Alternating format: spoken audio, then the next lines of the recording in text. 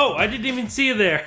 Hello, everyone. I know that was really cheesy, but that's okay. My name is Jacob Toronto, and this is ChasingCinema.com's official YouTube channel. You caught me reading the brand new book, Mrs. Claus in the Frost Men, a wonderful new children's book celebrating the holidays, written by Sam Mallory, illustrated by my good friend Eric Moore. I cannot push this book enough. I really, really enjoyed it. It's very original. I know I've been talking about it all month long, but guys, it's because it's so good. It's not because Eric is a friend of mine. It's really not the reason. It's because I really enjoy this book, and I think it makes a perfect stocking stuff for a holiday gift. A very original story that talks about maybe even the North Pole closing. I don't know. You're going to have to find out and read all about it. Down here in the description box, you'll find the address.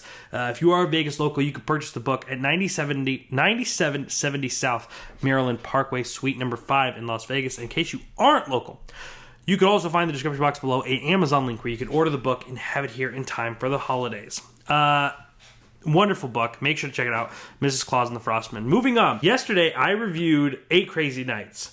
If you've not seen that video, or the day before when I reviewed Elf, you could click a white circle up here or here. It'll drop down. You'll be able to find all the links of the movies that I've been reviewing lately.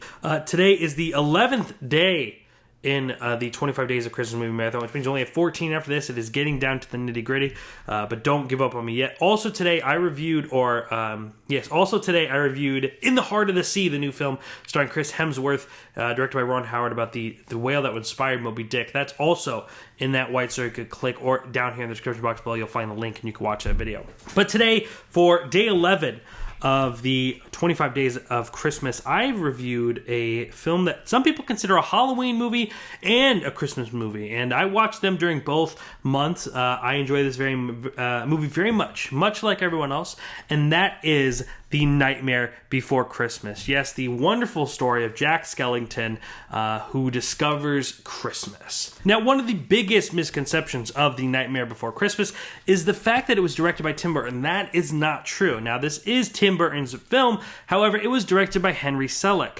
Tim Burton was behind the presentation of this film. He also created the story and the characters, but he did not direct this movie. Henry Selick did. So that's a little-known fact. Most people don't appreciate it. It was also nominated for an Oscar. The film stars Danny Elfman as Jack Skellington when he's singing, and a few other characters, but when he's just talking, Jack Skellington is played by Chris Sarandon. We have Catherine O'Hara as Sally in this film, and a few other people that we all really have come to enjoy, including Glenn Shaddix, who we know from Beetlejuice and such. Moving on, The Night Before Christmas. Hopefully all of you have seen this movie before. If not, it's a shame, and you really need to go out and buy this movie and watch it, because it is a wonderful movie. It came out in 1993, so I was only 2 years old when this movie hit movie theaters, but I have remembered watching this movie ever since I was a kid. The Night Before Christmas is a stop-motion animated film that to this day can still wow audiences. I mean, it has that beautiful Tim Burton feel to it, that look to it, which unfortunately, you fast forward 22 years, it's kind of losing its power a little bit. But this movie still probably is one of the best looking Tim Burton movies that there is. Just the world, the environment that he creates for his characters here, as well as Henry Selick, it really makes a magical type of world. And if you don't know what the movie's about, it's basically about the Pumpkin King, Jack Skellington, the leader of Halloween Town, who, after kind of being tired of celebrating Halloween and in his town really being all about Halloween, I mean, there's vampires, there's goblins, there's clowns under the bed, there's werewolves and all such and such, he is kind of tired of Halloween and tired of being the Pumpkin King. And he, after a long night of walking, he discovers all these trees that have holiday symbols on them. One has a Christmas tree, and that one catches his eye. He goes into Christmas land, and that is when he will discover Christmas. And he decides he's going to bring Christmas to Halloween Town or Halloween Land, this world of Halloween. And he decides to take on the role of being Santa Claus himself for the real world and deliver toys to children and such. And it's basically about his journey in doing so. I don't want to give too long of a synopsis because most of you probably already know what this movie's about. Anyway, I love this movie, and it's so good. I just watched it in October. I'm watching it again now, And the music is so great. I mean, all the songs in this movie are so well done. Danny Elfman, I think, has a beautiful voice. I mean, I know him for his his music and his scores, but the few times that I've actually heard his voice in this movie in particular are just astounding. I mean, wonderful, wonderful music, and it just, the music blends so well to this environment and the world. I think that Tim Burton is known for kind of bringing his worlds to life, and a lot of people credit that to him to this day. As I said earlier, I feel like it is kind of becoming a little bit overplayed now. It's kind of just something that we've seen so many times, though he's changed some things up with his last movie, Big Eyes. In this movie, it just feels so real. It just feels like this world you want to be a part of and you want to be in, and just let me to kind of really put on how insanely hard this is. It took over 100 people 3 years to complete this movie. That says a lot, right?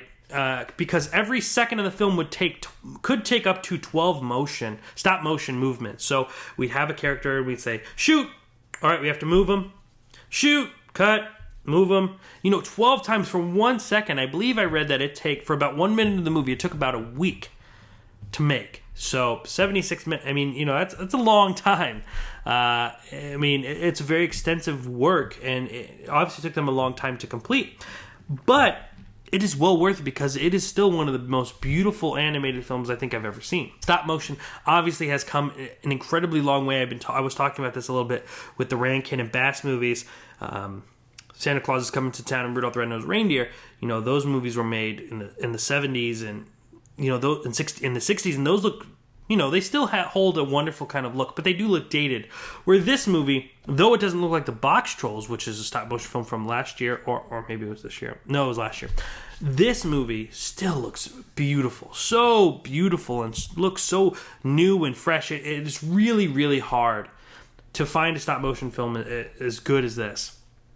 There's a reason why it's still being celebrated. It came out in 1993. People still talk about this movie, get a tattoo. I have a good friend who has tattoos of these characters. There are people who dress up like them to this day. I mean, this is just a huge beloved movie, and I think it's because of the spirit it has, this incredible liveliness of these two worlds and these two times that people love, these holidays, celebrating Christmas and being dark and all the fun stuff that goes with that, and then being the warm and loving time of Christmas. It mixes those two with this really intricate setting, and it's a very wonderful movie. My girlfriend's like, it doesn't count, it's a Halloween movie, and I said, well, it kind of counts as both, but particularly I think that this movie has a lot to say about Christmas and a lot to say about how you see the holidays and how you are going to make you as a person makes the holiday around you, makes the setting around you, and I think that's a really beautiful message, and this is just a wonderful movie. Let me know how you feel about The Nightmare Before Christmas down here in the comment sections below. I'm interested in seeing what you have to say about it. I absolutely love it. It's a great movie, and to this day it still holds up wonderfully. If you've not seen the Blu-ray version of this movie, you need to go check it out because the music, it's just wonderful. It really is. It's really, the songs are catchy. I don't know what I can say about this movie that hasn't been said already. It's just wonderful. And, the story is good. It's very interesting. But to me, honestly, it always has been the music and the environment that we're in that really makes that movie so special to me. Ladies and gentlemen, let me know what you feel about The Nightmare Before Christmas down here in the comment sections below. I'm interested in seeing what you have to say about it. Right above the comments, there's a thumbs up button. If you click it, lets me know you're enjoying this video, lets me know I'm doing a good job, makes everyone happy. Don't forget to tune into my other reviews, including the one of In the Heart of the Sea right up here or over there or in the description box. The links are all there. If you want to find more about Mrs. Claus and the Frost Men, in the description box below, make sure to go check it out. Also, hit the subscribe button so you never, right down here, also so you never miss a video that I'm doing. In the next 14 days, I'll still be reviewing Christmas movies as well as other upcoming pictures and new releases, so don't miss any of that. Ladies and gentlemen, thank you so much for tuning into this video. My name is Jacob Toronto, and please continue chasing cinema.